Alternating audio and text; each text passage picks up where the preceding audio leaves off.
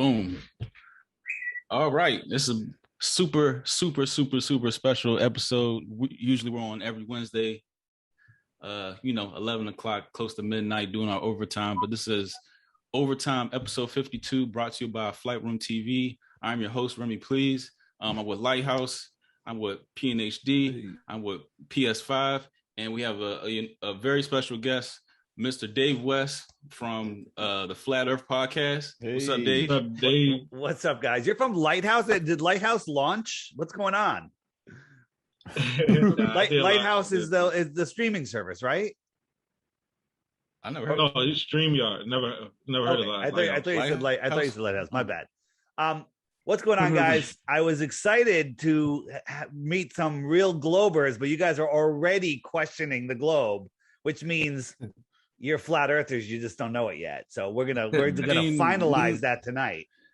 No, just over here at Flight Room TV and Overtime, we just question everything. So I even questioned, the motive behind flat Earth. Like, I think maybe sometimes how you look at it could be a psyop in itself. So I'm not too sure about.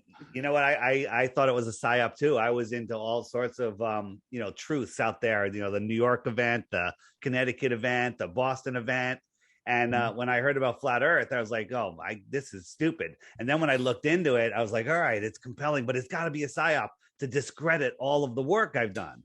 But the psyop is that it's a psyop because this is the most important topic of our time. This is the key to our freedom. Because if you are spinning out of control, lost in space in a prison for your mind, you have so many things taken away from you, including your freedom, including your ability to manifest beyond your wildest dreams, because your wildest dreams are trapped in a ball, right? Mm-hmm. So they don't want us knowing all of that. And this topic, everyone goes, Dave, with all the stuff that's going on in the world, why are you talking about flat Earth? Because flat Earth is one of the two keys to our freedom.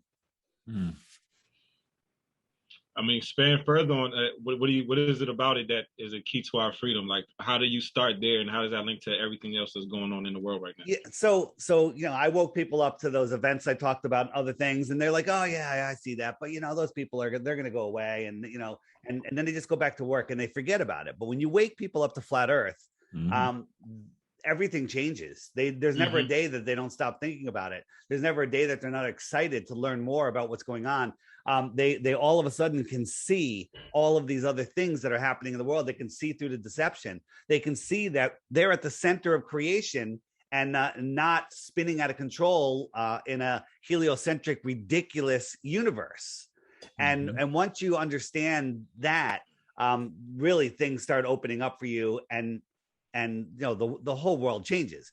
I mean, they want you to think that you're insignificant, that you're nothing, that you're spinning out of control, lost in space, right? We're spinning at 1,000 miles an hour. We're orbiting at 66,000 miles an hour. We're chasing the sun at 500,000 miles per hour. I'm rounding down on all of these things, by the way. And the entire thing is moving sideways at like over 1 million miles per hour. Right. And when you say these numbers, people just short circuit. They're like, oh, that's kind of fast. Right. So I'm going to show you something. This is called the hypersonic sled. Watch it. Mach 8.6. Here it comes. Don't blank. Ready? Did you see it? Nope. Okay. Watch again. Yeah. It's going to go by a Mach 8.6. And you have to remember, according to the heliocentric model. Okay. According to the heliocentric model, we are going 10 times faster than that in our orbit around the sun. We're going 90 times faster than that chasing the sun. And these are all curved paths. Imagine driving in a car with a plate of water, a dinner plate filled with water, taking a turn. The water's gone. Okay. We're going 10 times faster in one direction, 90 times faster in another direction. And we have lakes that look like this. Okay. Okay. Welcome to Flat Earth, guys. We're not moving. We're not moving at all. All right. Well, Dave, you keep saying they, and like with any like conspiracy theory or crime against humanity, you always want to point the finger at they. Like, who are these they? Guys? And, like, what's the motive? What's the motive behind? The motive is what I told you. It's about control. It's about if we knew what this world was, if we knew that possibly there's more land. If we knew that we were at the center of creation, if we knew that nobody had dominion over us, that we are sovereign beings that have free will and no one can break that free will, if we knew that the only control the government has over us is in our imagination, okay? The only control they have is in your imagination. Imagine 9 billion people watch this podcast tonight, okay? That means some people watched it twice, okay? And everyone goes, hey, you know what? They're right. The guy's got a good point. Screw the government. I'm done with them. I'm not going to listen to anything they say. Well, it's over. They're done. They're finished. Okay. Yep. So once we understand who we are, where we are, what we are, that's half of the journey. We're still playing on their Monopoly board. You guys ever play Monopoly? Oh, yeah. You have a Monopoly board in your house. You have the instructions. Go look at the instructions. And it says, if the bank runs out of money, just get some paper and write some more money on it. Okay. We're playing on their Monopoly board. Okay. Exactly. All right. We need to get off the Monopoly board and into privacy cryptocurrencies, not Bitcoin, not these other ones that you all know about. These are privacy coins that nobody knows. It's like if I bought something from cash from you guys or anybody, cash is cash. No one knows where it goes. Privacy coins, same thing. Government doesn't have any control over them. And it's instantaneous way to transfer money, anywhere across the plane. So those two things, get off the Monopoly board, the banks crash. All of this crashes. Everything crashes. It's going to be ugly when the change happens, but it's going to come out on the other end, and we're going to be free people, able to explore this amazing plane that we live on. All right, so I have a question. So let's say the round table, as you know, as you have in this diagram. So is the flat Earth, is that like ancient knowledge? Is that something that was believed, wholeheartedly before, and then this whole global Earth thing was more of a manipulation, something they conditioned us to do, to believe over time?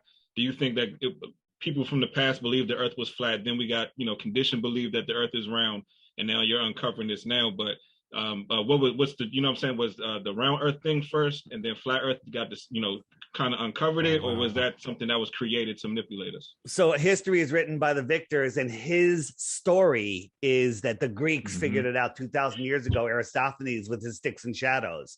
Okay, that's nonsense. That story came into existence in the mid 1900s. It was stuck into Rockefeller textbooks, and it's nonsense. It never happened. And even if it did happen, which it couldn't, with the timeline that they give us, it works better on it works the same on a flat Earth and a globe Earth.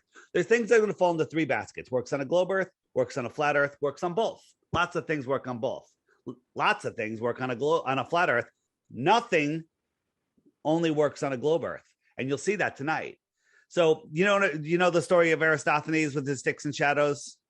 Yeah, I was reading that earlier. Yeah. So the story is Aristophanes knew that the sun rays came in parallel. I don't know why the hell he would ever think that. No one's ever seen parallel rays come in. They always come in corpuscular rays. They always come in spreading out. No one has ever seen rays. Now, a globe will go, that's because of refraction. Okay, refraction. They're still not coming in parallel. It doesn't matter, right? There are no parallel rays.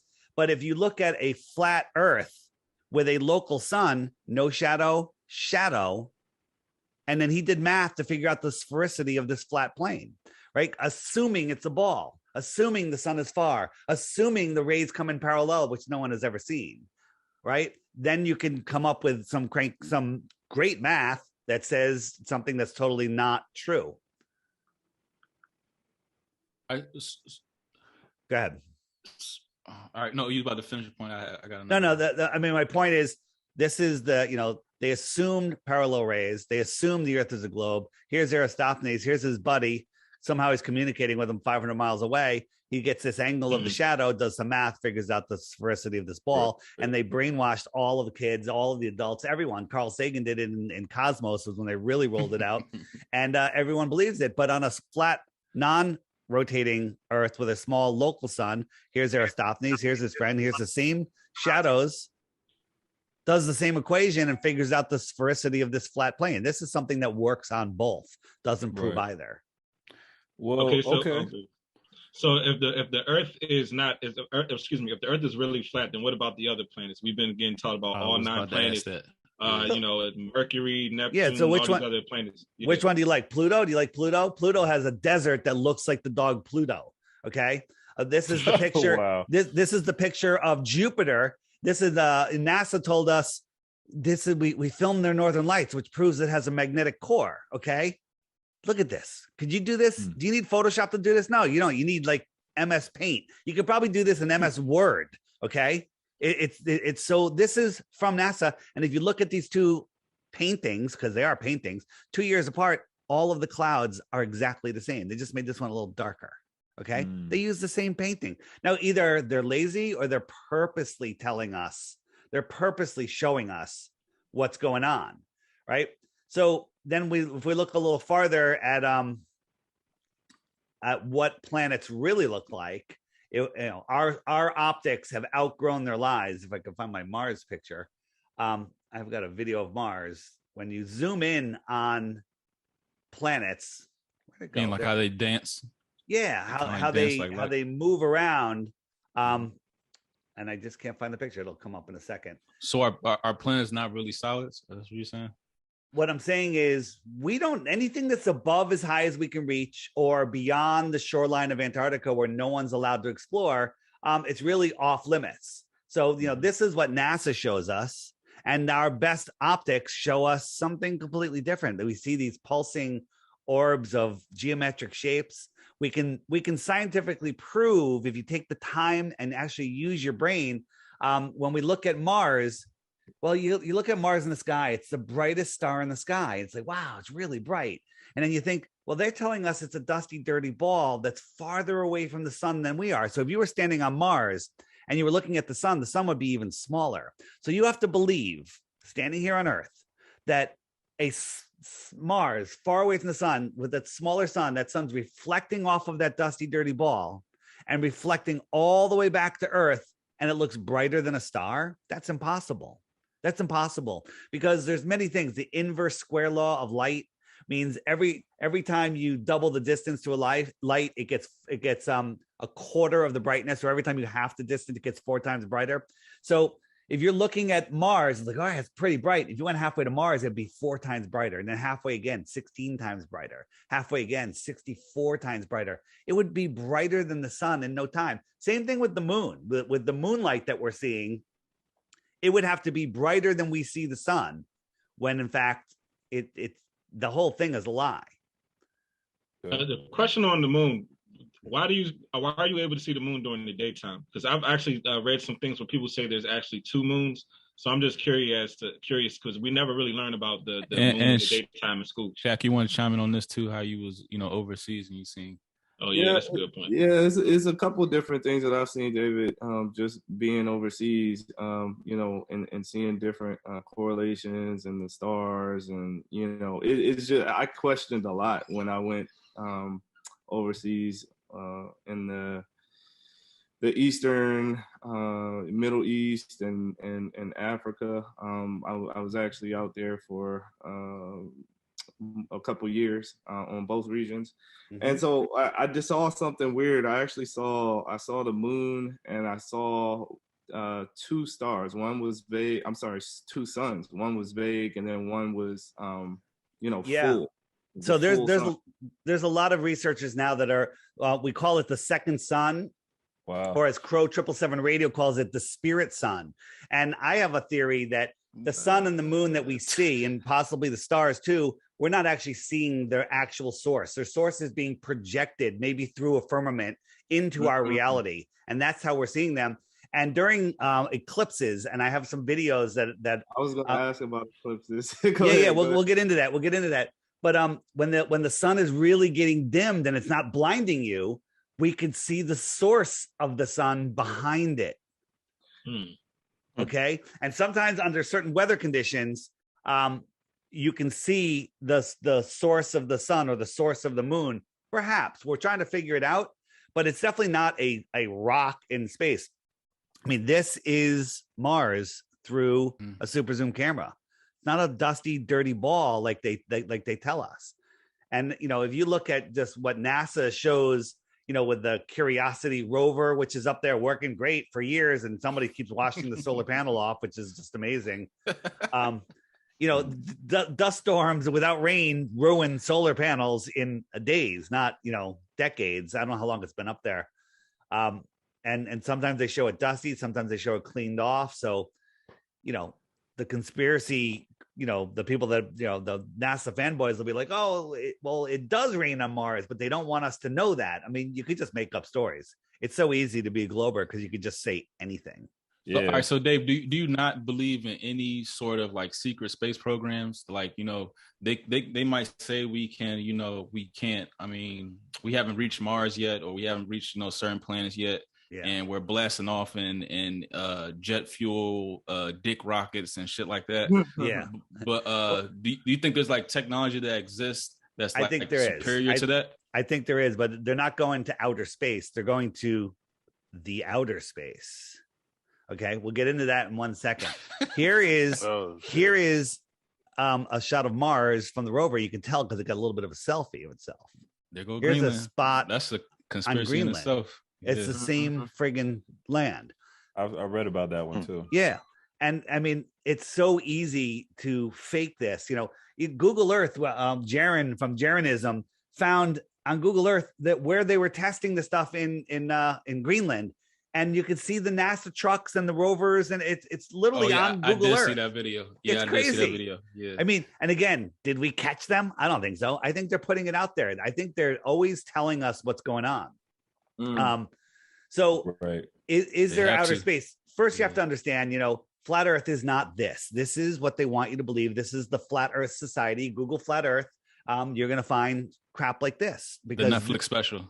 Yeah, the Netflix special, that was a total hit piece. The people that did the Netflix special did a hit piece on the Connecticut school event that happened. Total propaganda. Oh yeah, we're hip to that too. That one test in there though. I'm jumping all over the place, but that one test in the Netflix, laser. Yeah, like yes. So again, we've explained it a million times, but I'm going to explain it right here, real quick. So the test was very simple. We had 3 pieces of plywood, a mile or 2 apart, or whatever they were, and we had holes leveled off of water, so we knew the holes were all at the same height compared to the water, and we're using the water as our level. And we said, if you take a laser beam and try to shoot it, you'd have to level it, right? And there's no way. It's a micron off and it goes high in the sky. A micron down, it shoots down at the ground. But we said if we shoot through the first hole and we're going to try to go through the second hole to the third hole, on a ball earth, the middle board would be higher. There's no way to get the laser through all 3 of them. When we were doing it, the laser beams spread out, but we had a condenser. It melted. The entire thing melted, right? I forget how many thousands of dollars it was, whatever. It melted. We couldn't use it. So then they're like, all right, how about hold on the light? And they're like, hold the light up. Can you see it? And he's like, no. Can you see the light through the hole? No. Raise it up. Can you see it? Oh yeah, I see it. And then he goes, and Jaron goes, oh, interesting. End of movie right there. So they moved the basketball. No. But then he brought it down again, and he goes, "Oh, I see it again now." They left that out of the movie. But even the amount that they moved it, there should have been like 27 feet of curvature or whatever, 7 feet of curvature, whatever it was. He only lifted it like I don't know, 3 feet in the air. Okay, yeah. So when you look at it, it was a complete deceptive hit piece. Again, Netflix is always the They're out there controlling the minds of the world. Netflix is another big problem. Yeah. And you think this? Go ahead, Phil. You got it. Oh no. I was going to ask if the all the slides and everything else. I know every question you're going to ask, man. That's every perfect. question you're going to ask is here. Go ahead. So if it's flat, has anybody ever been to the end of Earth? Yeah, I was going to get into that. Yeah. So again, we're not a disk floating in space. We are living in a giant lake.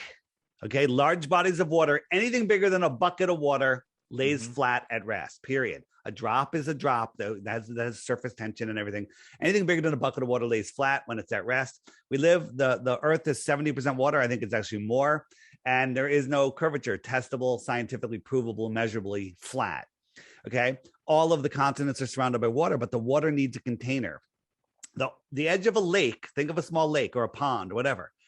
It's where the land is higher than the water, because if you dug out some of the land lower than the water is going to flow away, right? Antarctica is the highest land on Earth. Antarctica is not a continent at the bottom of a ball, 12,000 miles around. Okay, Antarctica In the is sky. Wow, you dropping jewels. It's basically in the sky, right? My God. Wow. Antarctica is the shoreline of our world. And see this pink line? This is 60 degrees south. Nobody is allowed to go there. No corporation, no oil company, no human. Nobody is allowed to go there without special permits. Now you could spend $15, $20, $30, $40,000 to go for 3 days. They'll take you to this peninsula here. They'll show you some penguins. They'll show you some icebergs. They maybe show you a ceremonial South Pole like out here. Maybe they take you 10, 20 miles out here. Wait a minute. Who's patrolling all that? Who's patrolling all that? If we're not allowed to go. Who's patrolling all that? That would be the military.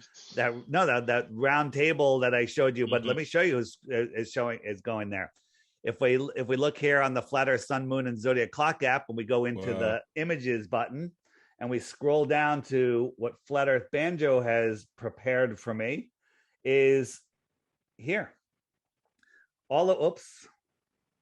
Shrink down. I just made that big. Why is that so big?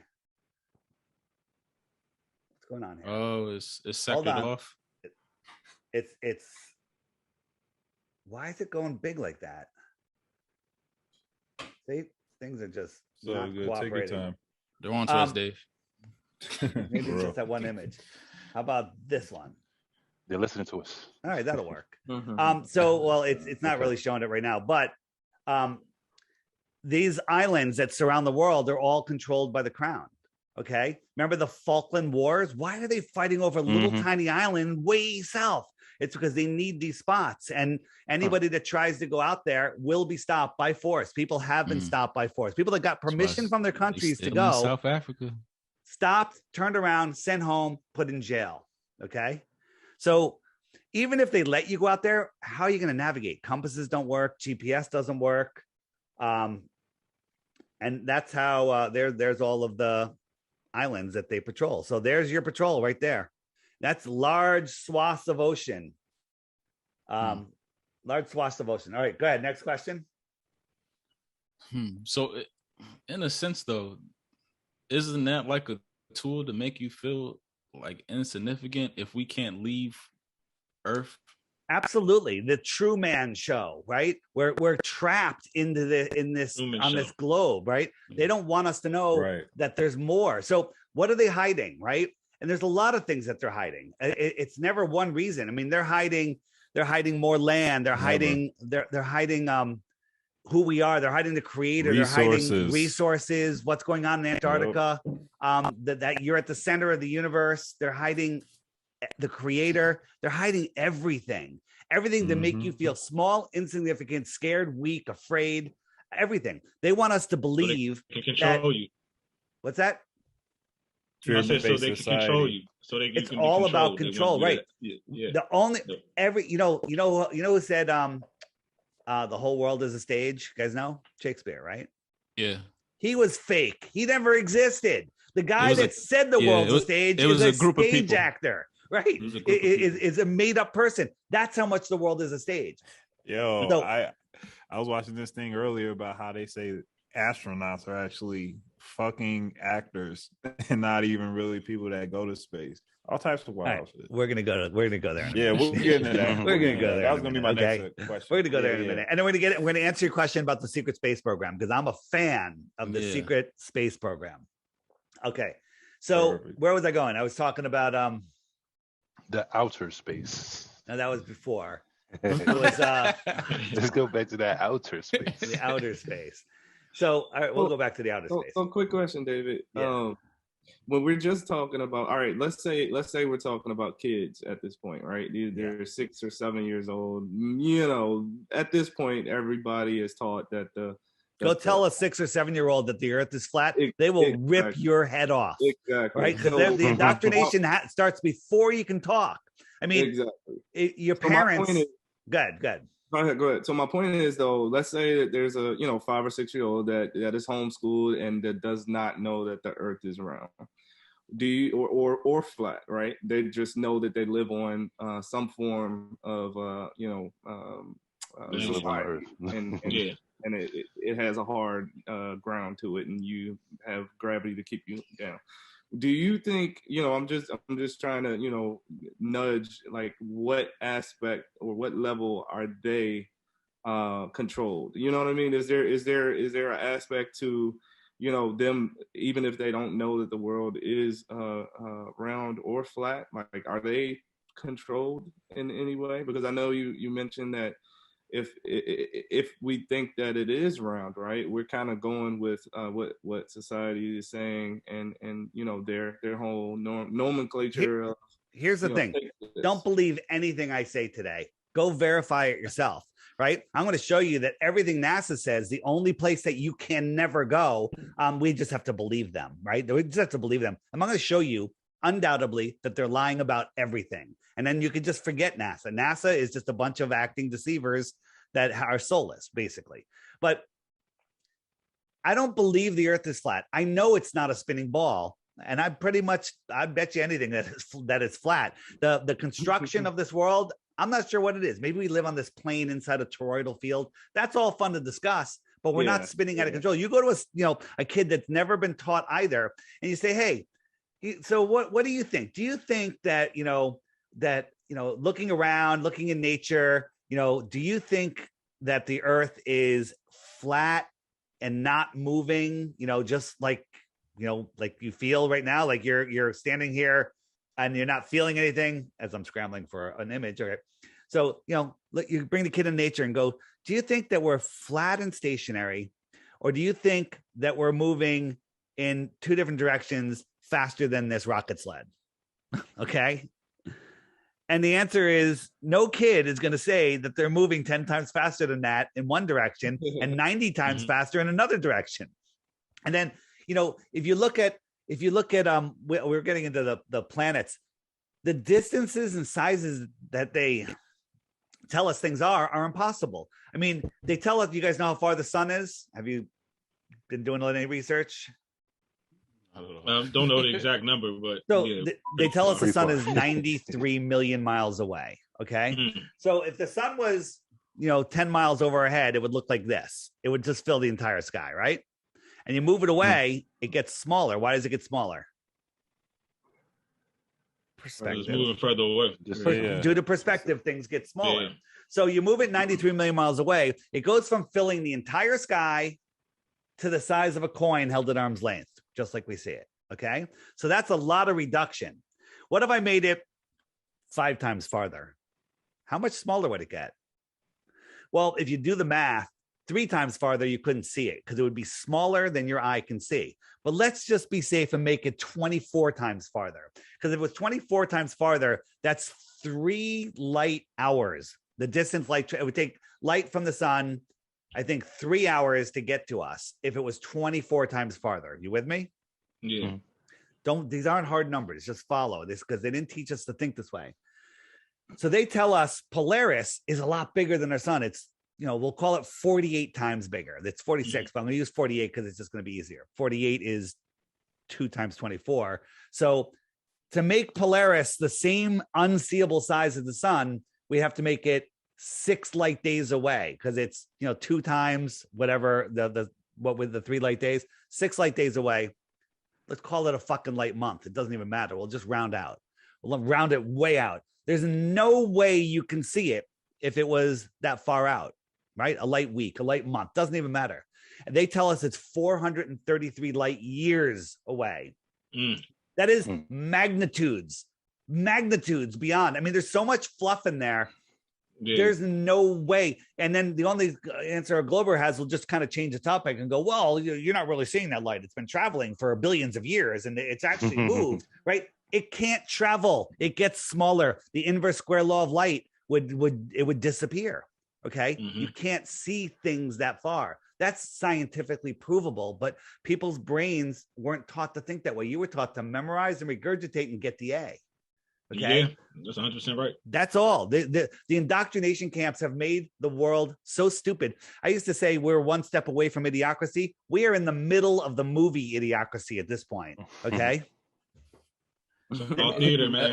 It's all theater. But As far as like perspective though, like, sun in front of the moon in front of the sun, looking out at sea and stuff like that, can't you just chalk it up to just like, stuff we can't explain, like certain phenomena?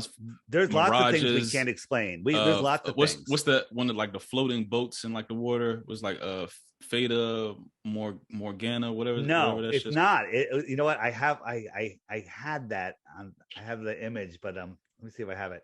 But this is the sun. A soldier filmed this in Afghanistan, and the sun just clearly going away, getting smaller and smaller. Clear day, high, whatever the altitude was, and there was nothing, no humidity in the air, and the sun goes away. And Paul McCartney says it: the fool on the hill sees the sun going down, but the eyes in his head see the world spinning round. I told you some crazy shit over there, man. Yeah. I told you.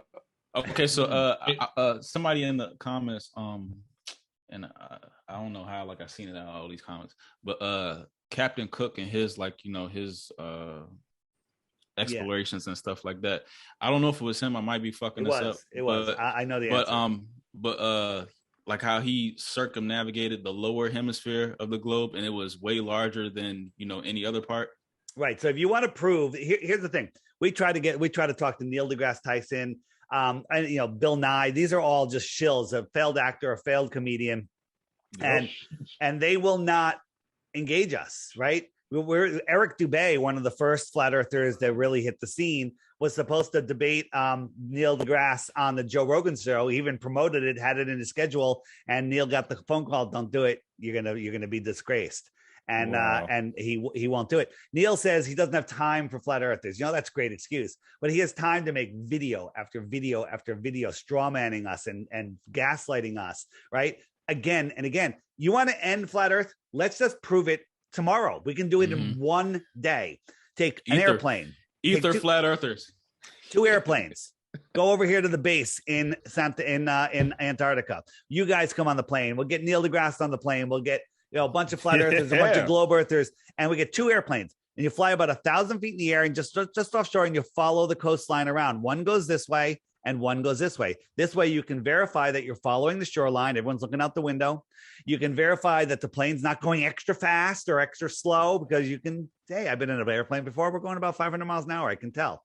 And 6, 7, 8 hours later, you're going to meet over here, 7,000 miles, 6 or 7,000 miles later, and you'll meet here. But that's not how the earth is, right? That's not how the earth is. Captain Cook was the last one to really try to circumnavigate. It took him 3.5 years, and he went over 60,000 miles. Okay. Crazy. 60,000 miles.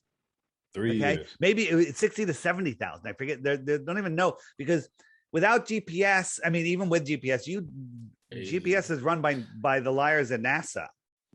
Compasses don't work out in the outer regions because they're too far from the north. Okay. The north is the magnetic center. And, have you guys looked into circumnavigation yet? Look, this is how it works. At the center of the flat earth, for you and your listeners, we have the magnetic center. This compass is pointing towards the center. Well, I'm trying to push this compass west. West is not a straight line. West is a circle, because I have to keep turning to the right. I have to keep turning to maintain the heading. West is right here on the compass, right? So I think I'm going in a straight line because I'm following my compass. Like if I had you on a racetrack going 500 on a circle, 500 miles around, you'd swear you were going straight. You would be driving straight. Right. You wouldn't know that you were turning. But if I try to go straight and not correct to the north, I'm going to go west and I'm not going to correct. Watch, I'm already heading south. Okay. Look at the compass turn. It should turn a little more. The magnet's not strong enough. South is every direction away from the center. Okay. And that, by the way, that works on a flat earth and a globe earth. Here's what doesn't work on a globe earth. On a flat earth. You can't go south and pop up over here. Nobody's ever done it. No one's ever gone south and popped up on the other side of the earth. It's never been done. Okay. It's never been done. Why is that? It makes a lot of sense. And they say, well, we can't go over because of the Antarctic Treaty. We don't want to disturb the penguins. It's too cold there. You know, a rescue would cost too much. I mean, how many rescues have there been? I mean, you could fly around. Nobody's ever done it. And all the people that claim they have done it have been proven to be frauds. Frauds. So if we pretty much live at the center of, you know, of creation, like you said earlier, so that means that whole concept of, you know, aliens and UFOs, that's fake. That can't be possible, right? Because something will have to be coming from outside. Incorrect. So if we live here, this is a map from a Japanese map, 10 centuries old, with a whole bunch of continents out here. So if we live here, this outer ring is the shoreline of our lake. We call this shoreline the Antarctic shoreline. Mm-hmm. Out here are other continents. If we live here in the inner space, it's probably why they look just like us. They probably speak English. Okay. Okay. If we live here in the inner space on this land, what would you call the people that live here on the extra territory in the outer space? And if they live on extra territory, what would you call them? Extraterrestrial. Yeah, from outer space. Holy shit. Okay. What a rabbit hole, man. Yeah. Well, shit. That answer my question like shit. All right, okay. So what about asteroids and all that stuff? Like we had dinosaurs. Asteroids killed the dinosaurs. I saw one before, a shooting star, whatever the hell it was. I've definitely seen a whole night of shooting stars. What explains those? So this is such a good one to talk about. I'm trying to find my my proof that dinosaurs existed slide. So we'll talk about asteroids. The meteor showers. Well, we're in August and we're going through the Perseus meteor shower. A meteor shower is when a comet went by and we're passing through its tail, right? We're passing through where it went and we're picking up the dust. That's what they tell us. Okay. You have to remember that we're corkscrewing through space. Okay. We're corkscrewing through space, traveling 4.5 billion miles in one of the directions, right? We're going this way. Like right now here, a year later, I'm going to be 4.5 billion miles from this spot. Are you telling me that asteroid trail is mirroring all the motions of our solar system? It's following us. And every, third week in August, we run by those same things. Here's the thing. If we lived on a ball and asteroids, meteors were, pieces of sand falling into our atmosphere, they'd go this way. They'd go this way. They'd go this way. They go every way, right? You would see the meteors shooting up from the horizon because they're just coming, whizzing by up. No one's ever seen a meteor go up. They all go down. Yeah. Down. Now, what are they? I think they're just electrical phenomena. The Earth has a negative charge. The firmament, whatever it is, has a positive charge. And there's all sorts of electrical phenomena going on around us. And it happens at certain times of the year. All right. So you talk about the firmament a lot. You just fucked me up too. The firmament a lot. So those are like in, a religious text. Are you like a religious person? 100% not. I used to listen to podcasts. These guys are great. I got 3 pages of notes. They're talking about 9/11, everything. And then they'd mention the Bible. I'm like, rip up those notes. These guys are religious, religious nut jobs. And I would let them go. Now I do a podcast called the Flat Earth Podcast. My co-host is a Bible literalist. He leads with the Bible. I never lead with the Bible because I know people exist like me, like I used to be, where you mention the Bible, they check out. Right? You don't need the Bible to prove flat Earth, but you can prove flat Earth and go, now look at the Bible. It's all backed up in there too. Yeah. Right? There was a gentleman talking about that. I don't know what expo they do in South Carolina every year. We're doing it Flattoberfest. Yeah, there you go. Oh wow. Are you guys coming? Are you guys now. Where you guys local? We're DC area. All right. Listen, October 23rd and 24th is a Saturday and Sunday. I think those are the dates. It's in Spartansburg, South Carolina. Spartanburg. I don't know. I always get that wrong. Okay. And it's just look flatearthfestivals.com. Flatearthfestivals.com. You guys have to come. You will have the friggin' greatest time. We have the second day is like a music festival. It's going to be amazing. They and like a National Geographic out there doing something. All right, so I see a question. How do seasons work? Oh, thank you for asking. Thank you for asking. That's a good one. Seasons absolutely 100% prove that the Earth is flat, period. Okay. So we're looking here at the flat Earth, sun, moon, and zodiac clock again. So the sky is a clock. The sun goes around once every 24 hours. Right now, and there's so many people that get in the app now and they're emailing me, there's no moon on your app, it's not working. Well, we have a new moon. Okay. If I speed it up, the sun goes faster than the moon, and you'll see that the moon appears from behind the sun, just like it does every month. So everybody relax. The moon is on the app. Just give it a couple days. Okay. So the sun goes round and round. You see those two circles, the two yellow circles. The inner one is the Tropic of Cancer, and the outer one is the Tropic of Capricorn. And if we move the sun to April, May, June, if we move the sun to June, it's over the Tropic of Cancer, and that's when we have our summer, okay, in the inner north. So imagine you guys, it's winter, we're up here in Vermont or whatever, and we're outside. The two of us are sitting outside 20 feet apart, and we're freezing our asses off. And somebody holds a big heat lamp directly over my head, 10 feet over my head. I'm like, I feel that heat. I look up. That's my summer sun. The other one is looking at that, sees that light. Oh, it's far away and it's lower in the sky. It looks lower just due to perspective. That's their winter sun. It's farther away. Okay. Right now, look, the sun just went over Miami. It went over Mexico. It's hot there. It's winter in Australia. But if we move the sun 6 months forward, and the sun goes out to the Tropic of Capricorn, it's their summer. The sun is over them and far from us. When it's far from us, it's lower in the sky. Okay? That's all it is. And then anything in between the two yellow lines, that's the tropics. The sun really never gets too far from them. Miami is right on the line of the tropics, you know? It makes a lot of sense. What's that? That makes a lot of sense. That makes a lot of sense. And no, it doesn't make sense. What doesn't make sense is the whole tilted ball theory. Think about this. They tell us we're tilted away from the sun, just that little tilt, 23.4 degrees, and that's why we have our winter. Okay, because the sun is spread out. Did you know that during our winter we're 3.5 million miles closer to the sun, according to the helio bullshit model? Okay, okay. We're 3.5 million miles closer, and just that little tilt. Well, if that was true, think about this. When the sun appears on the horizon at sunrise, that's the most tilted the sun could be. Forget the sideways tilt. That's another, no matter where the sun is, that's the angle they're measuring. So that's an 89-degree tilt when you see the sun on the horizon. But in June, I could feel the sun on my face at sunrise. As soon as the sun shows up on the horizon, I'm like, it's warm. Lay down on the beach, take a nap. It's amazing. Then in the winter, in December, here in Connecticut,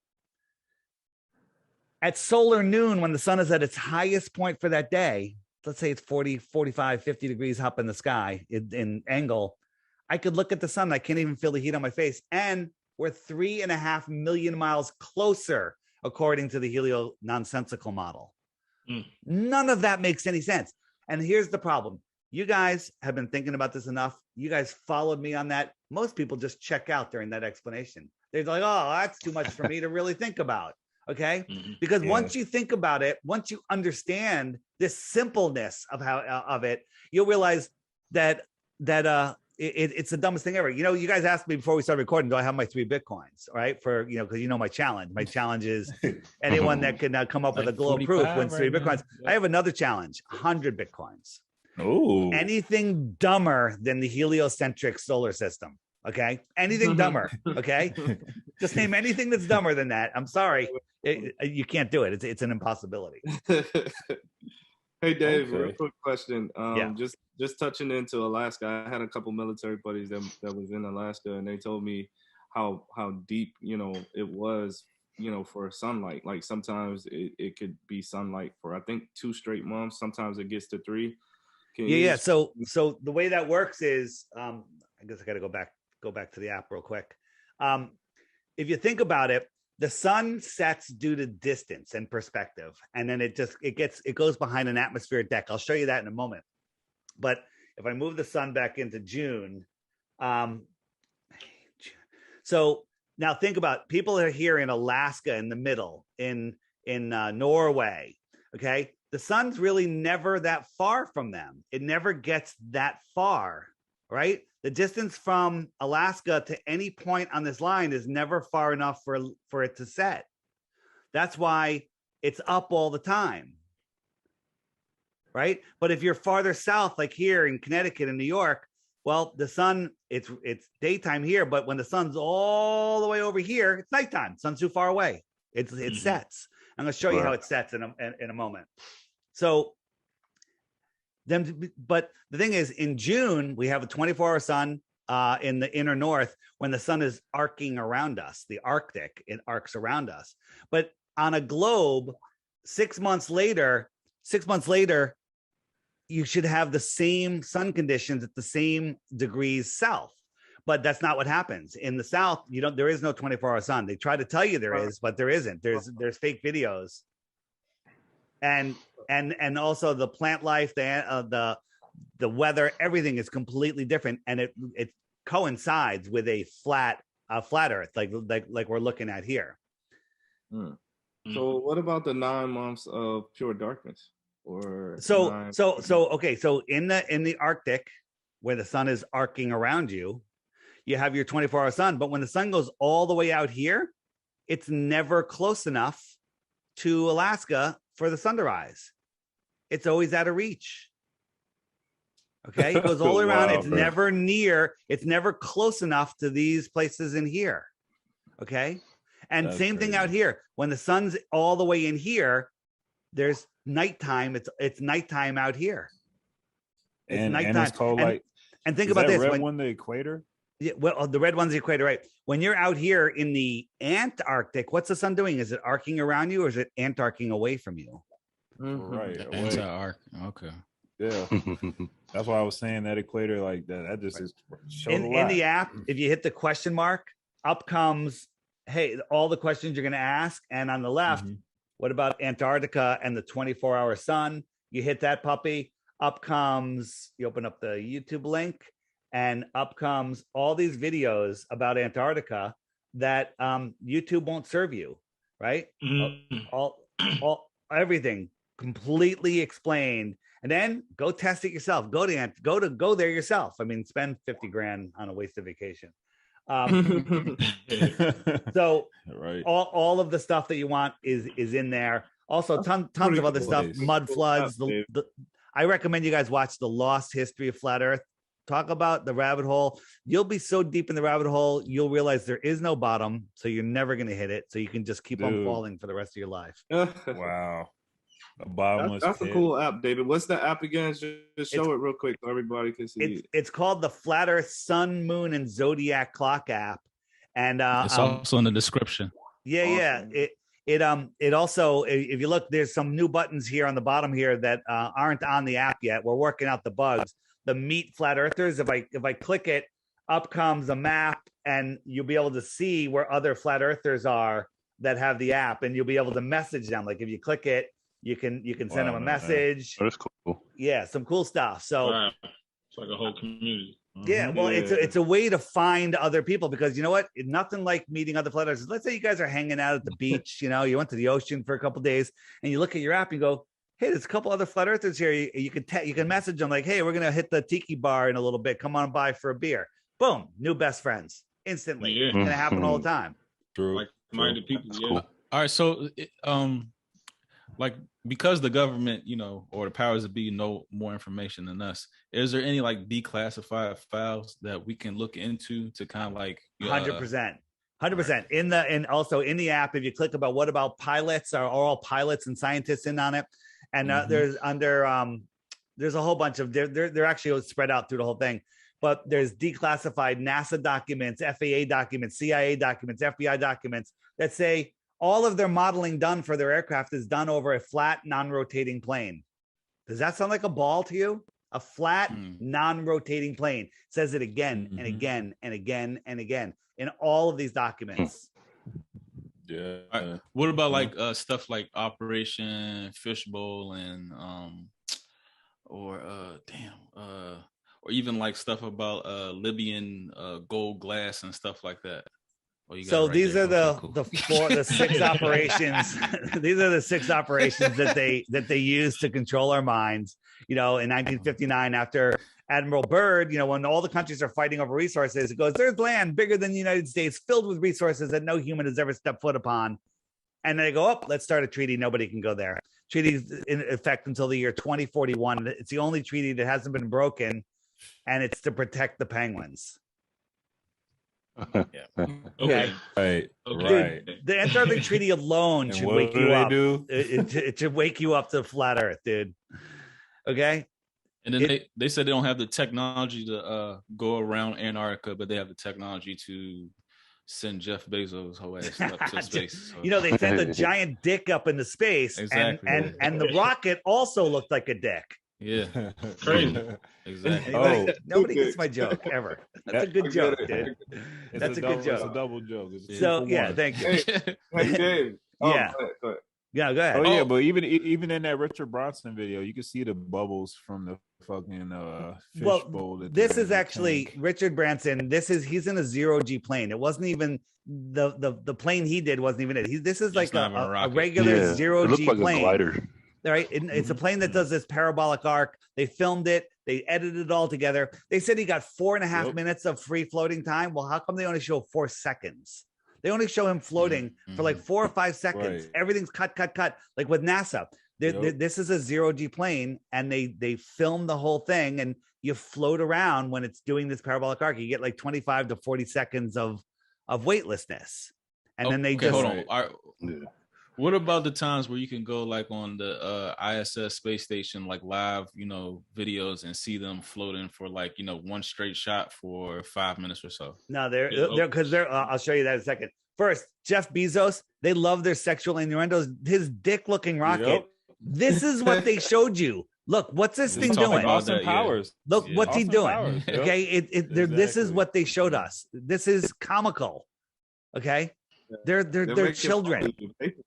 Yeah, they're making fun of you. They're absolutely making fun of you. So they do all sorts of different things. When you're watching stuff on the ISS, it's not live, and sometimes they're hanging from wires. Right? Look at these guys. They always have these heavy utility belts on. What are your pants going to fall down in 0 gravity? What's going on underneath their pants? Like, why is he moving his legs like that? These guys are hanging from wires. Okay. And sometimes when they do flips, they get caught in their wires. Okay. And all sorts of stuff happens. So other times they're on a 0G plane. Okay. This is a 0G plane. This is a 0G plane meant to look like the space station. They're showing us right here. Right. Okay. Other times they use, these guys were flipping their hat around and flipping the microphone around, but way in the background, this guy floats by, and I zoomed in on him. You could see the harness and the wire. Yeah. Okay. And the Glover argument is, they have that for safety. What? How do you hang from a wire in a 0G plane and move around for safety? You'd probably end up hanging yourself. Okay. No, right. Or just getting tangled in your wires. Many times they have CGI glitches and they go, oh, that's just artifacts. Right. But everything that's floating disappeared, and everything that was stationary stayed perfectly fine. Okay. These are layer issues. I don't know. I've seen something better than that though, as far as like International Space Station stuff. Like this one that said like the most detailed space station. This ball is helium. This is a CGI object. Watch again. It's not there. Now it's there. And now she manipulates it. It's called augmented reality. She's moving things around using either contact lens or looking at a screen behind the camera. And they're just moving stuff around, and they can do this stuff in real time. And they screw up all the time. Now you're talking about the tour of the ISS, the woman with the Medusa hair doing the tour. There's 2 tours that are pretty well done, but if you look at them, anytime there's nobody in the picture, that's an edit. Okay.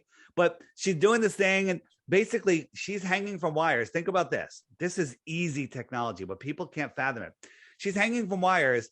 How can she go up a tube or that way and then down a tube and around if she's hanging from wires? And the truth is, she's just hanging from wires she can pivot around. And when she grabs something to pull herself, she's actually moving the whole space station through her. It's all a green screen. And she moves the space station. So it looks like she's moving to it, but she's moving the space station in any direction that she wants. It's all done on green screen. She's not moving at all. There's a whole bunch of ways to do it. Everything is a lie. Everything is theater, pretty much. That's everything. That's basically what you're telling Shakespeare.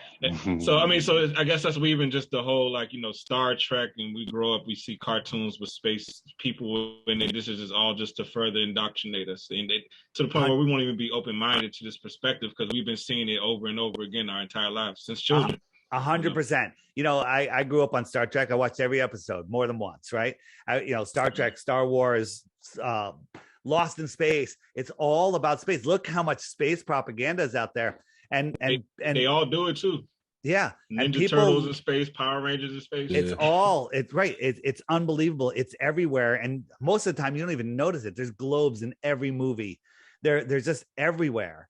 They get tangled in their wires. All sorts of crazy stuff happens. Look at this guy. This guy couldn't lift his legs up. He couldn't get over. Look, you wouldn't move like that if you're free floating in space.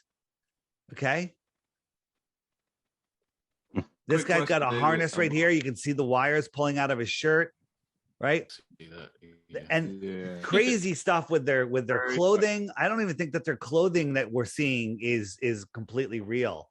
And then here's one. Watch this lemon. They got a lemon. Look, it goes right through his hand. This lemon is just like that stuffed animal. Not real. Yeah. Oh, yeah. Okay. So unwind this. We never went to the moon. Okay. We never went to the moon. Oh, yeah. We unwind seen a it. lot of that. Unwind it. We never went to the moon. This is what they used to show us on television. This is from the moon landings. All right. Yeah. You gotta tell me, we got the Air and Space What's Museum the theory? up here. What's the theory on what the moon and the sun are, though? The moon's cheese. All right. The moon. Here's my theory. The moon is something that delivers and removes souls from the earth. Prove me wrong. Interesting. I don't know. It has to. It affects women's reproductive cycles. Me too, but I like it. Yeah, I know. I've heard that. Yep. It affects women's reproductive cycles. We were going to talk about perspectives. Look, as the sun goes away, it's just going beyond the clouds and the atmosphere that's getting compressed. And because it's higher, a celestial object, it looks like it's going behind it. It looks like it's setting below it, but it's just going beyond it. Okay? It's just like going beyond. Out. It's just going beyond it, and we're still on the same plane, and it's just going out. Yeah, let me show you this. This is like 2 minutes. Follow me here. Yeah. So this line is the path of the sun, and it's level. I'm showing you that it's level right now. Okay, and we're looking at it from a celestial point of view at the same height, and it's moving along. This is the sun, and we have this could be mountains, it could be a cloud deck, whatever. This is an opaque barrier, and the sun never goes below it. Now I have another camera from a terrestrial point of view that's on the flat counter looking at it. So here we go from the other point of view. And if I showed you this first, I said, is this line level or is it going down? What would you say? And is that sun going below that deck? And this looks to be, and because it's in the distance, it's compressed into the horizon. So you think this is the horizon. You think this is the horizon, and it's way over. The camera's way below that, but in the distance, everything compresses. The sun just goes beyond it. Now watch. This is a real sunset. It's just moving away. It looks like it's going down. Here's the atmospheric deck. You think this is the horizon, but it's really this. But you can't see the difference between these two because it's too small. I'm just zoomed in and I made it a little bigger. But all of that compresses. You think it's setting below the curvature. It's not. Yeah, it's just going further out. It's like just going further away. And here's one. If you haven't seen this one will blow you away. Okay. So I've got a drone and I film over. I'm on the East Coast, so I'm looking over the West. It has to be like 30 degrees outside, below freezing, no humidity, super clear day. And the sun was high in the sky. In 5 minutes time, it went down, down, down, down, down. And if the earth was spinning, it would just keep on going. But it didn't. It went down, down, down, down, down. And then it stopped. And it sat here for 10 minutes. What? It went from way up, In 5 minutes, it sat here for 10 minutes. This is sped up 2,500%. Watch. It never goes down. It just disappears into the thickness of the atmosphere. And its light, the sun being the brightest light that we have, it can't even push through the atmosphere. Okay, so let me show you an example of what that would mean. Here's a spot in Aluja, France, where we're looking out over the ocean, and Mount Canigou is out here, but you can't see it because it's 175 miles away. According to the globe math, the top of Mount Canigou should be a mile below the physical curve. If you're a glober, you think this is the curve. But remember I showed you how the sun migrates in between the two tropics, 6 months in, 6 months out. Okay. There's 2 times a year where the sun lines up with those viewers and Mount Canigou. And on those days, the light bouncing off of Mount Canigou isn't bright enough to push through and make it to your eyes. So you just see sky when you're looking at Mount Canigou, right? You think, oh, it's just sky. There's nothing there. But when the sun lines up, the sun's brighter. It backlights Mount Canigou. And look, this is Mount Canigou. This is all of Mount Canigou. And the very top right there should be a mile below the curve. But it's not. It's right there. Now, the Glober argument is, well, the mountain is over the curve by miles and the sun is already set, but it's refracting up and magically stopping at your eye level because that's what refraction does. You know what I say to that? I look at them and I say, what do I say? I say, oh, they stole my glasses. Oh, they're there. I say, cool story, bro. Cool story. Oh man. hey, stemming off that, what would you say the top 3 places are to, look at the Earth, like the best 3 places? Everywhere. Now, over land, there's so many things that can get in your way. Go to Kansas, Florida's flat, but there's always things in your way that are above your eye level. Something that's a millimeter over your eye level will block out an entire city line. You can be sitting at the water's edge and there's a small, 4-foot wave out there that blocks an entire skyline in distance because the wave is still here, but the things in the distance got smaller and smaller and smaller, and it would just disappear. Just like you can hold your finger out and block, a whole building out with your finger. Yeah. So over water, over calm water on a clear day, and not too hot because the humidity in the water will create miraging and all sorts of stuff. But you can look out over water and see, we can, our consumer optics have outgrown their lives. We can zoom in, like, look at this tower. This is way up there, but watch what happens when I zoom out, right? If you were looking with your naked eye, you'd be like, oh, that the city over there must be over the curve because I can't friggin' see it. Okay. You think that's over the curve. This is what you see. You don't see it. Wow. Because it's too far away and its angular size becomes too small. So watch that land. It's just gone. And that's how your eyes work. Okay. You can't see this. And then also, if you take an infrared camera, all of a sudden you can see stuff behind there, like mountains that are another 100 miles away. And if you do the math, it's the distances that we see are absolutely ridiculous.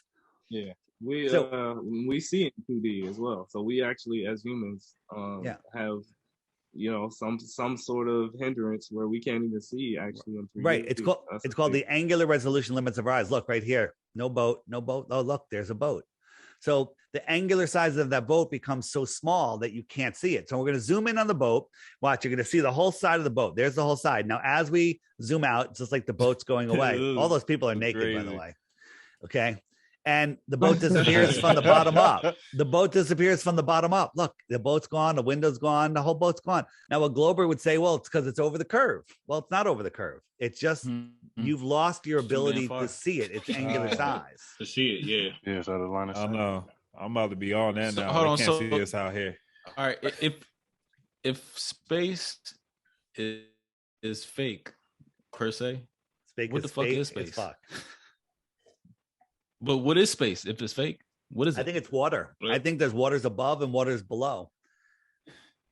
If you look at stars, before, yeah, if you look at, it's on the first page of the Bible. Not that I ever leave with the Bible. Look at stars through, they kind of look like they're underwater. Look up star in a jar where they put sound waves into a jar of water and these little stars appear in the water from the sound waves. So what is this place? You know what's crazy? But everything starts from a sound and then the sound turns into light, right? The universe, you mean? The one verse? One verse, the earth was spoken into existence. You a Bible believer? That's what they say. That's what they say. Who are they? Yeah, I feel you. Truth and all that. Yeah. So here's the thing. You guys asked me before, am I religious? And the answer is, I'm definitely not religious. I'm anti-organized religion. But when I realized that this earth was created, this earth is intelligently designed, right? There's no chance that it was a big bang. I believed in big bang. We all grew up. Pond scum turned into a frog, that turned into a rat, that turned into a, whatever, and turned into a human, right? And I believed all of that. But then once you really look at it and go like, it doesn't make any sense that we are intelligently designed. This earth is intelligently designed. Therefore, there's a designer, a creator. Okay. Right. And that's where I draw the Architect. line. That's where I draw the line. It's up to you to figure out your relationship with the creator. Whatever you want, names you want to put on it, whatever you want to believe, that's your journey. It's no one else's journey to tell you. Now, people could say, hey, this is what I found. Hey, read this book. This is interesting. That's your journey. Okay. But knowing that there's a creator is the thing that changes everything. And yes, there is a creator. Who is it? You can say it's an alien if you want. You can say that. That's probably one of the biggest things I took away from like all this is like the verbiage, just the words, how they coincide with definitions that we use daily. But it's like simple things, just like you would say, universe and just all types of things that coincide. Yeah, just outer space, all that stuff. All the stuff, everything, and NASA talks about is nautical terms, right? Why nautical terms? The Sea of Tranquility, the ships, the docking, all of it. Why are they using nautical terms? Why do we see bubbles? Well, I don't think that they're actually in space. They do their training in pools and they pretend to be underwater.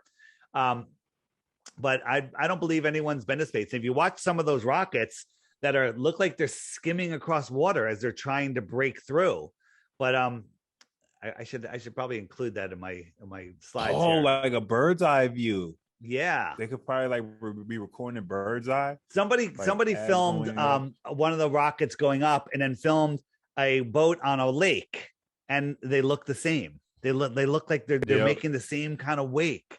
Crazy stuff.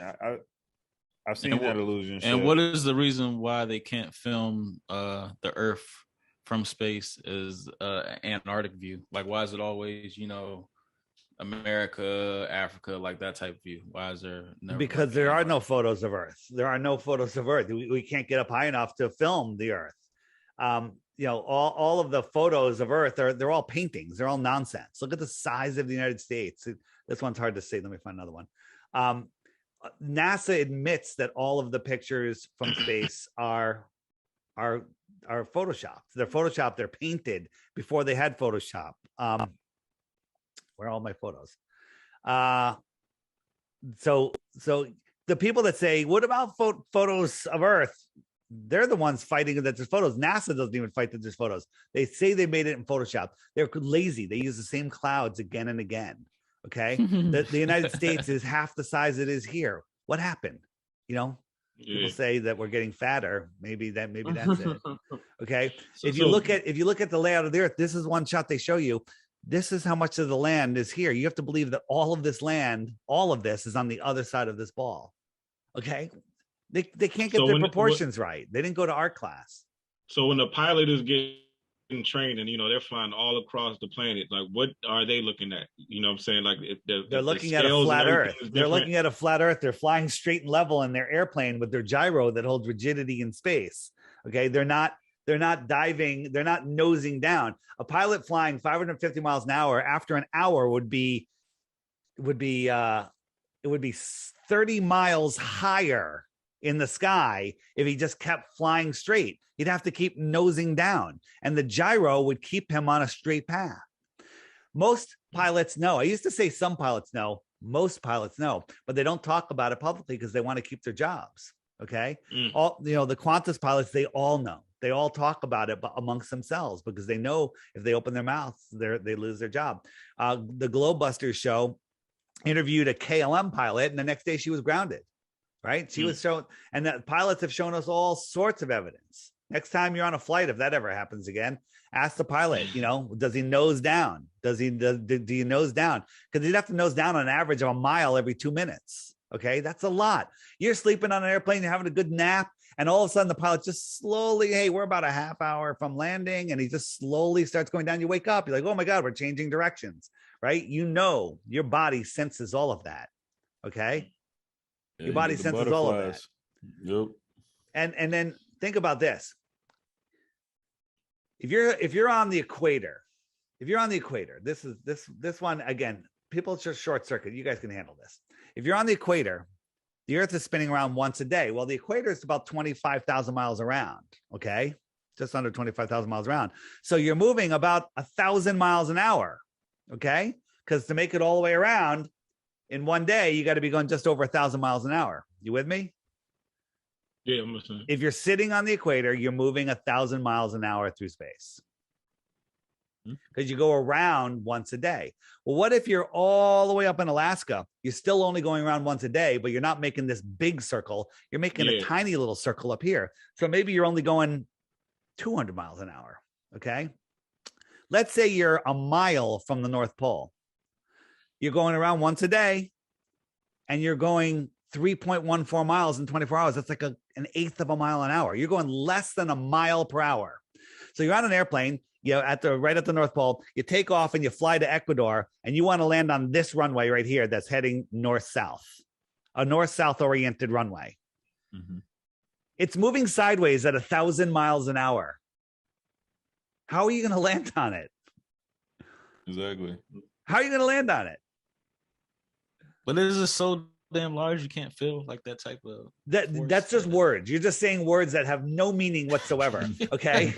They have no relevance to what I just showed. It's going 1,000 miles an hour. How does that plane get that sideways momentum of 1,000 miles an hour? And if you want to say, well, the plane sped up, this plane only sped up to 500 miles an hour. Where's it getting the other 500 miles an hour? Okay. Right. Yeah. That should and then be if the plane went to the equator and then took a left or a right and started flying with the Earth, well, it's only going 500 miles an hour and the Earth is going 1,000 miles an hour. So is it flying backwards?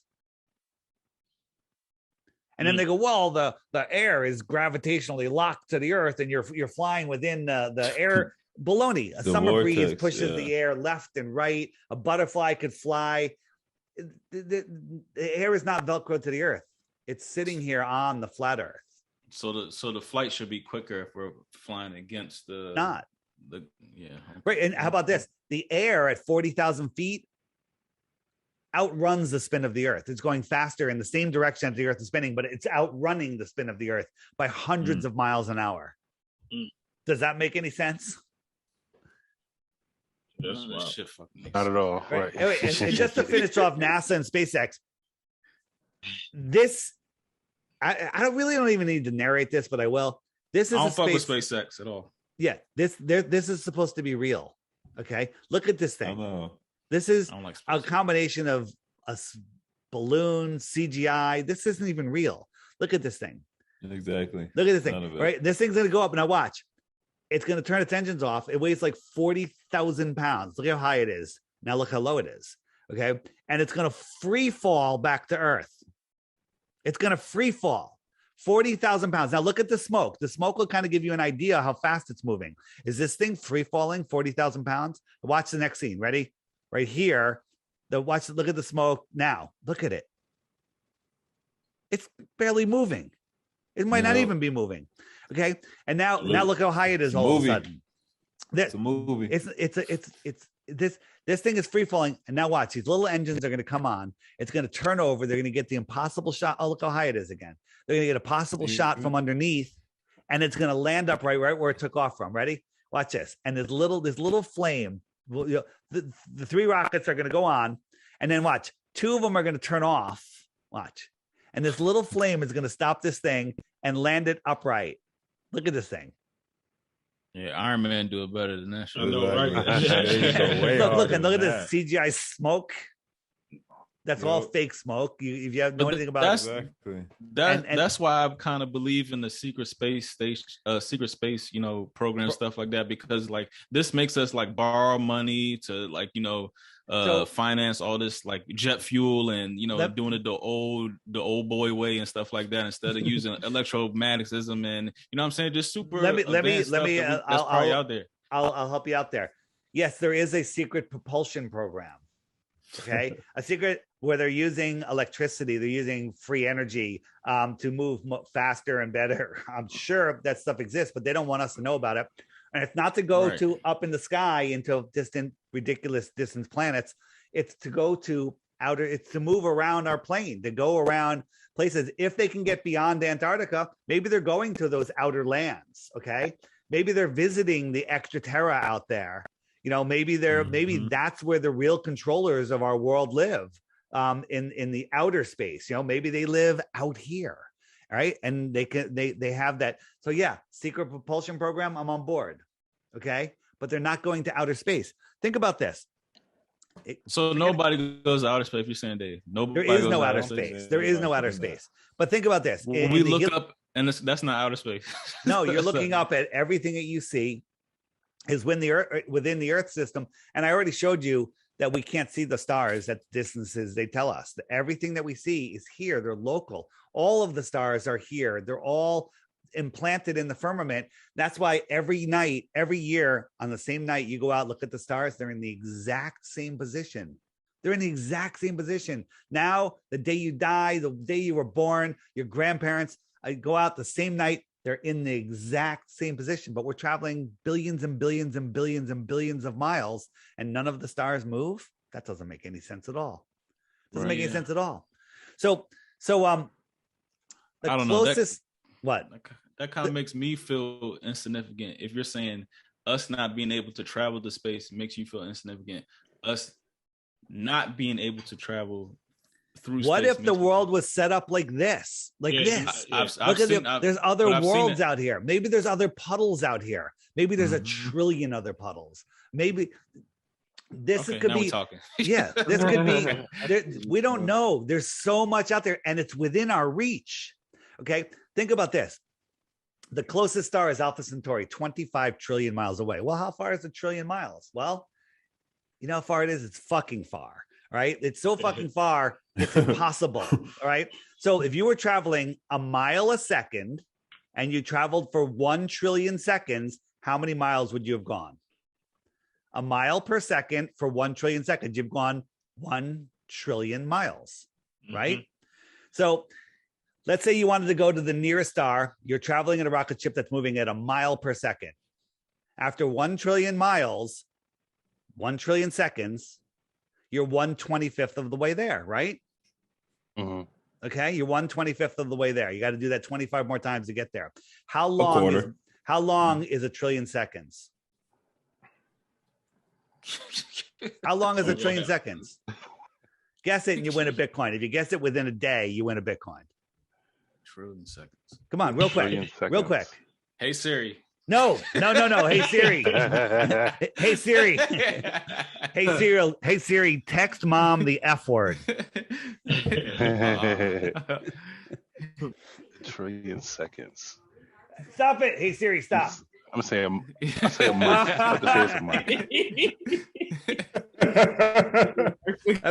That backfired. That backfired. Oh, that's funny. All right. So you're cheating because you're Googling. If you traveled that time, it's 31,000 years. You've gone 1/25th of the way to the first star at that speed. Okay. And that's the closest star. The other ones are magnitudes farther. Okay. Way farther. That's the closest one. Okay. 31,000?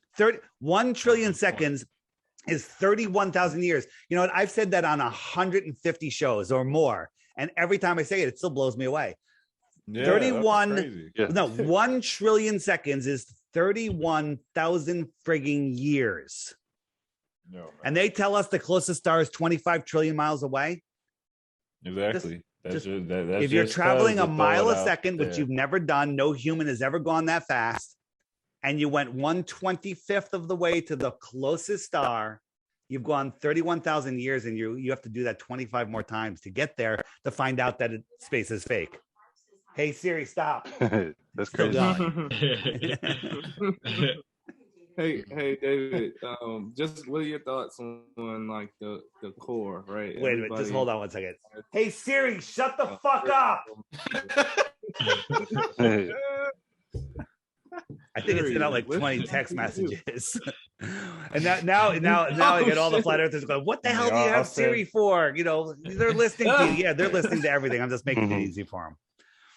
All right, go ahead. Dave, just want to hear your theory on the core of the Earth. There's some theories. We actually talked about it on one of our shows, on one of our episodes. Like, do you believe that there's anything that has not, of course, been discovered that might be at the core of the Earth that we just don't know about, even if it isn't a globe? So when you say the core of the Earth, that you're assuming there's a core. The deepest hole ever dug is less than 8 miles. Okay, whether the Earth is flat or a globe, the deepest hole ever dug is less than 8 miles, 7.5 miles. Okay, putting that into perspective, it's like if we were drilling through the skin of an apple, you made it halfway through the skin. Okay, yeah. And when they drilled, they were using ground penetrating radar to see what they're going to hit next, and they were wrong every step of the way. Every time, no more water, no more rocks. They hit water, they hit rocks. Okay. And then they hit an impenetrable barrier, and they couldn't get through it for years. But all of a sudden, they know what the next 4,000 miles is. Okay, when they couldn't guess the first 7 miles, 8 miles, right? And then they tell us there's a molten magnetic core. Look up the Curie point of magnets. Okay, Curie point of magnets is when you heat it to a certain temperature, before it melts, it loses all its magnetism. So a molten magnetic core is equivalent to Jeff Bezos and his penis rocket. Okay, they're just making fun of us. Okay, right. So what's below the flat Earth? I don't know. Maybe we're sitting on a turtle's back, just like the Mayans said. Okay, who the hell knows? I don't know, man.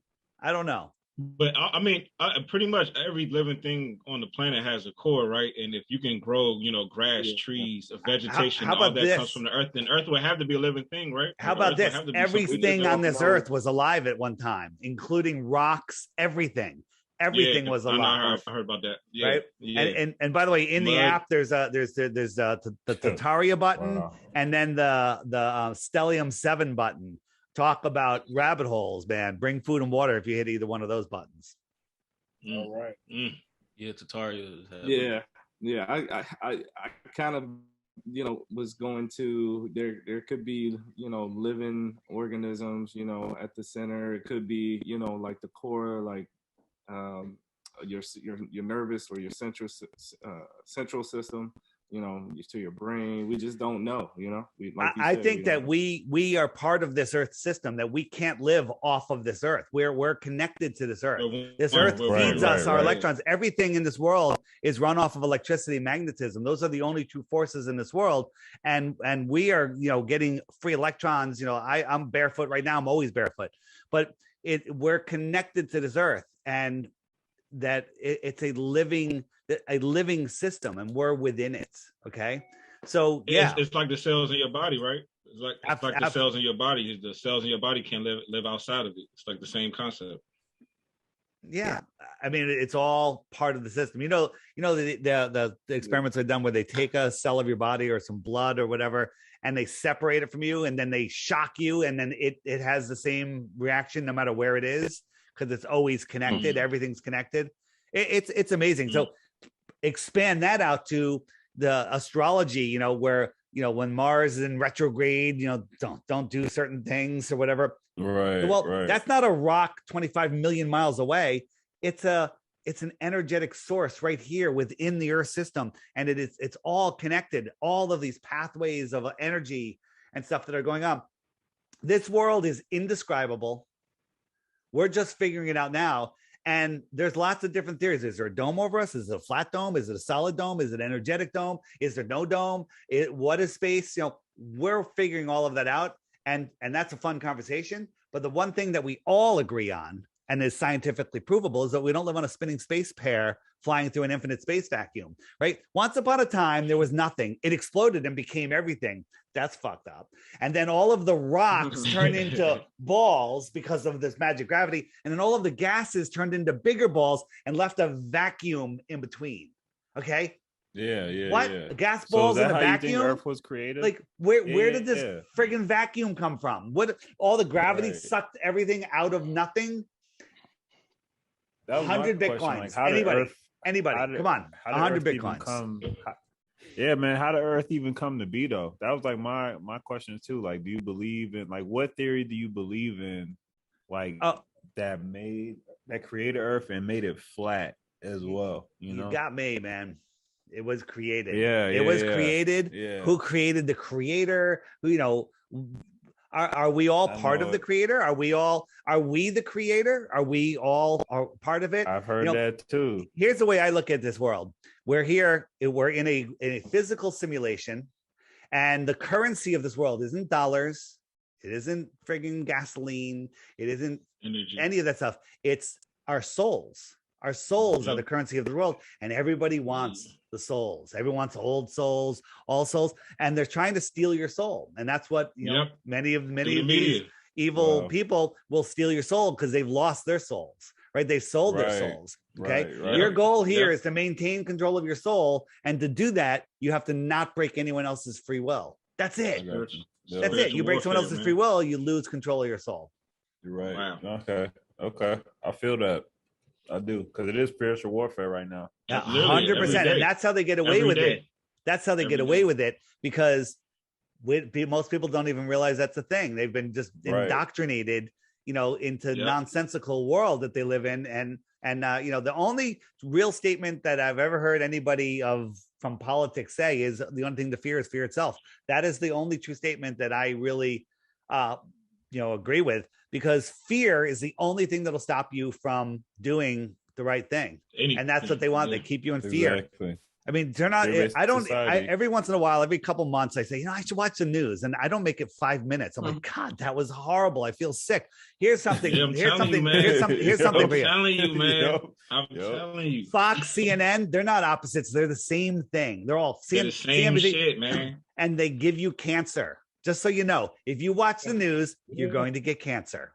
That's it. It probably even is a proven fact that people that watch the news live less. They don't even live. They're in fear. Like, you can tell the people that watch the news, they're the ones wearing the shame muzzles outside and rubbing poison on their hands every 5 minutes. Okay. Those are the people that are just watching the news, and they have no idea. They have no ability to think anymore. Mm-hmm. Yep. Yeah, man. Crazy. All right, I asked you guys before the show started. You muted. Oh, me? I'm not muted. No, Remy, you muted. Remy's muted. So I asked you guys before the show, and you guys were hesitant. Gun to your head, flat or globe, and you're all almost there. There was hesitation. I think you're all flat earthers now. No, I'm gonna say I don't know still. How about that? Wait, let me ask you something. I know for sure we don't live on a NASA. Do we live on a globe in a space vacuum?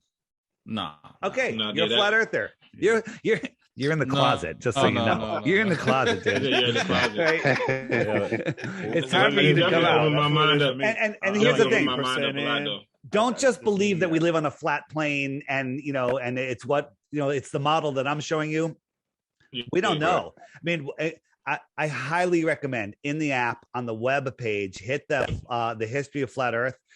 My videos on my channel DITRH are between 30 seconds and 5 minutes. When I put out a 5-minute video, I'm like, oh, who's going to watch this? It's 5 minutes, right? I'm a short video guy. This video is over 5 hours, the one I'm recommending. And when people send it to me, I'm like, a 5-hour video? Are you out of mind? And I said, I'm going to watch 10 minutes of this. And I watched the entire 5 hours. And the next day I watched it again. And I watched it again. I'm going to watch it a 4th time. Okay. Watch that video and you will be finished. It covers everything. I put it up on my channel. It's got over 300,000 views in a really short period of time. It should have 300 million views. Okay. But it's on so many channels. It's a life changer. Watch it. Next rainy day, break it out. You're gonna friggin' love it. I watch everything at double speed. I watch that sucker at regular speed.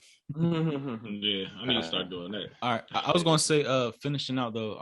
Of course, I would expect you to be on the side of, the whole COVID thing is like a hoax, or don't say that. God bless Dr. Fauci. He's the greatest man on earth, and he's doing everything to save humanity. We're on YouTube, and I would like to have this remain on YouTube. So careful what you say. Well, I just saying, not a hoax. Just there's some fishy elements about it. But I'm not asking you about that part. I'm asking you, how do you think it's going to end?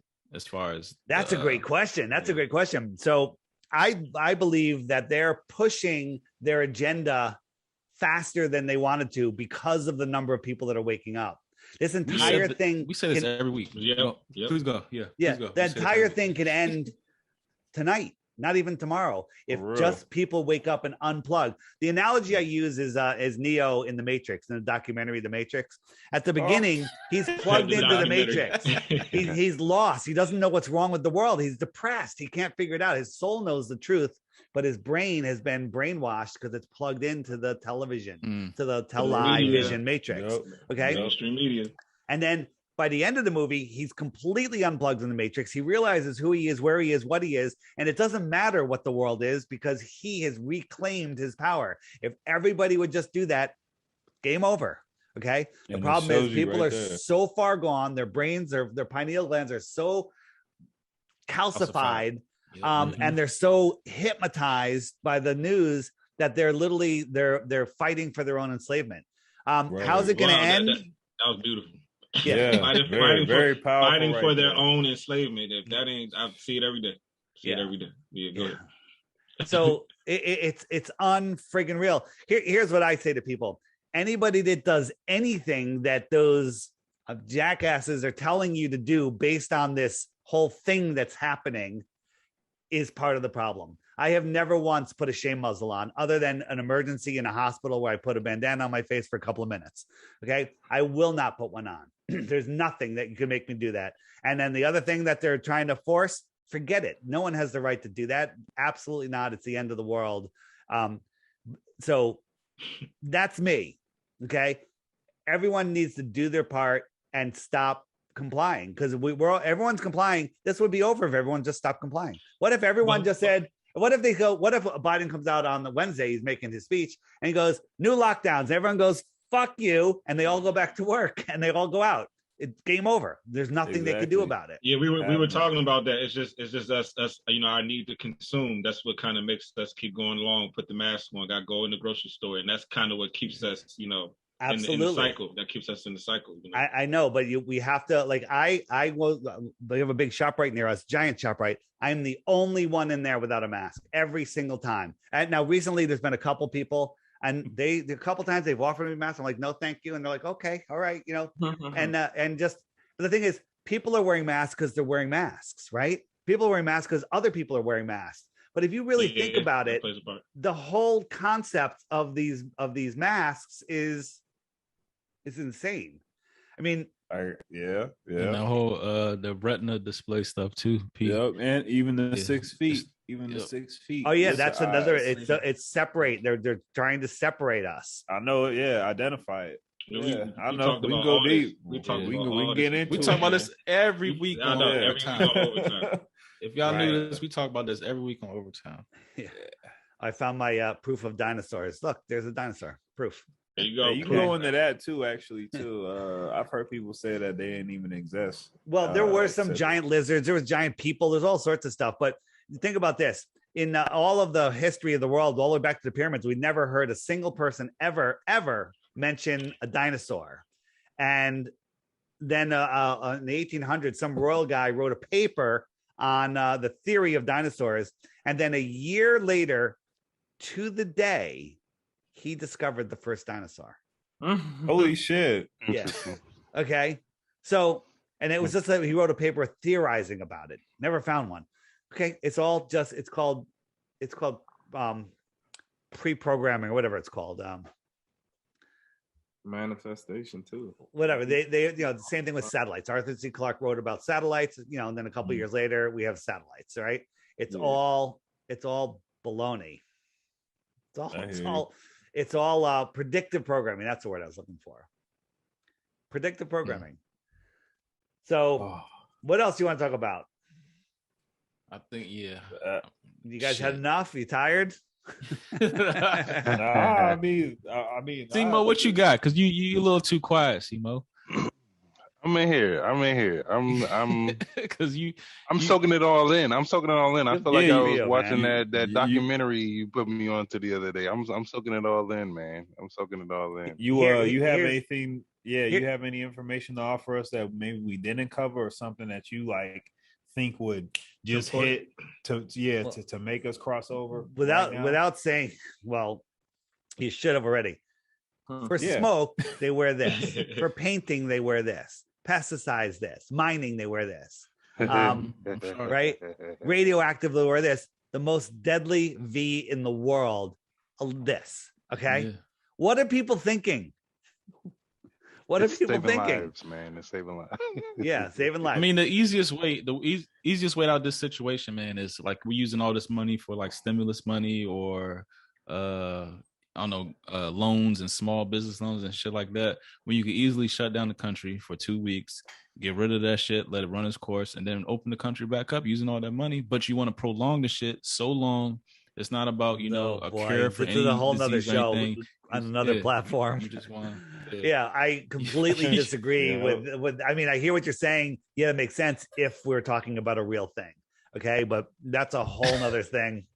That's what I mean. Yeah. Exactly. You gotta, you know what? Here's a tip for you guys. You gotta go listen to on Veritas Radio. The newest episode is with Dr. Andy Kaufman. His presentation is mind blowing. Okay, Dr. Andy Kaufman, VeritasRadio.com, VeritasRadio.com.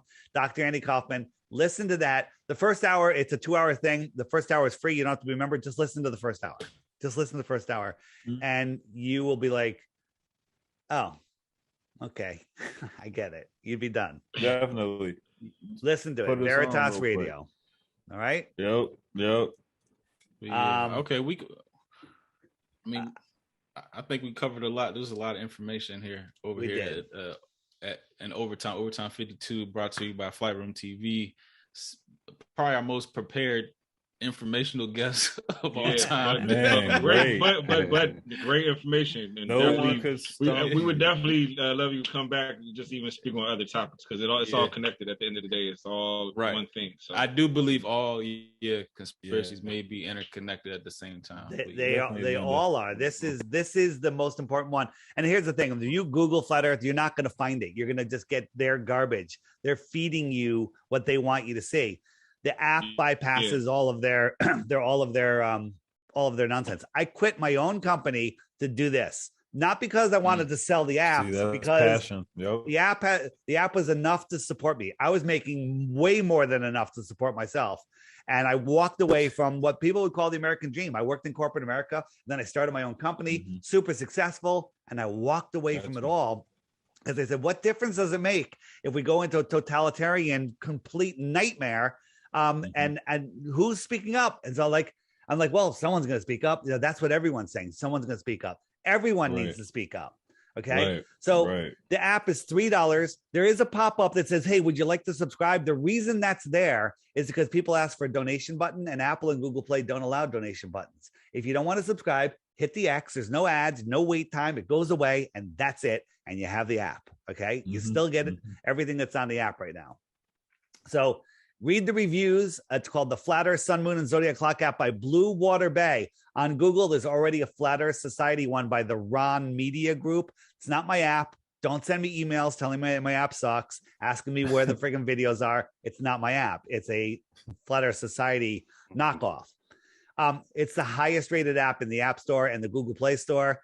Check it out. And you can find it at my website, the Flat Earth Podcast, or if you can't remember any of that, just remember flatearthdave.com. Flat Earth Dave. All the links are there. If you're looking at this on a computer screen, just point your camera there. Yep. I just downloaded it. Read the reviews. Read the reviews. Thank you. And all the links are in the description too. Every day, there's a new video that pops up, and you get a little one push notification. Make sure you allow notifications for FE Clock. And it says, hey, new video today about whatever. I try to do short ones during the week, longer ones on the weekend. I just say, watch a video every day for a couple weeks, and then you too will lose the respect of your family and friends because you'll be a flat earther. Pretty much. It's like that. Yeah. And it makes it easy. It just, you know what's amazing? I would be pushing this app if it wasn't mine, but it is mine. And I don't know how the hell I made it. It's literally the greatest app. Just read the reviews. There's nothing there's nothing reviewed better in the entire app store than my app. So I don't know. Maybe I'm getting some divine help on getting this thing out. So maybe the truth always wins. The truth always survives. That's right, because you can't bring darkness into a room, but you can bring light into a room and the darkness flees. Exactly. You know, they try to hide it. You know, they always try to hide the light. Yeah. Big old bars. But yeah, once again, this is Overtime, brought to you by Flight Room TV. Super heavy, hard-hitting guest, Dave Weiss. Let's give a round of applause. Yeah, man. Thank you. All right, man. Thanks. Thank you. Very, very insightful. Very informative. It's nice. Well-versed. I appreciate it. It's nice to have some guys that can think, because I have some people on there. I've had some people that actually, then some of the funniest shows, just the people that just can't process and that like, why would I give you $3 for your app? You know, I'm already paying for my Netflix and my Spotify. You know, I'm like, man. Okay. But that's what it is. You pay that $3 and you gain so much more. You're a billionaire after that, for real. Yeah, the wealth behind that. I'll pay anything for knowledge, but yeah, exactly. Exactly. You're buying me almost a full beer, so it's good. And then you don't piss it away in 20 minutes. You have it forever. Yep, there you go. One more time, make sure y'all subscribe to Flight Room TV, the Flight Room TV. We got a YouTube channel. We got IG. Just go ahead, type in the Flight Spotify, iHeartRadio, all that good stuff. Yep. All this like-minded stuff is in our Overtime playlist. Yes, sir. We're gonna have Dave on once again. We'll set the time of day. We'll probably have him on for another topic. Yep. All right, guys. Thanks. I appreciate you, Dave. Yeah, man. Appreciate you. See you guys. Great. See ya.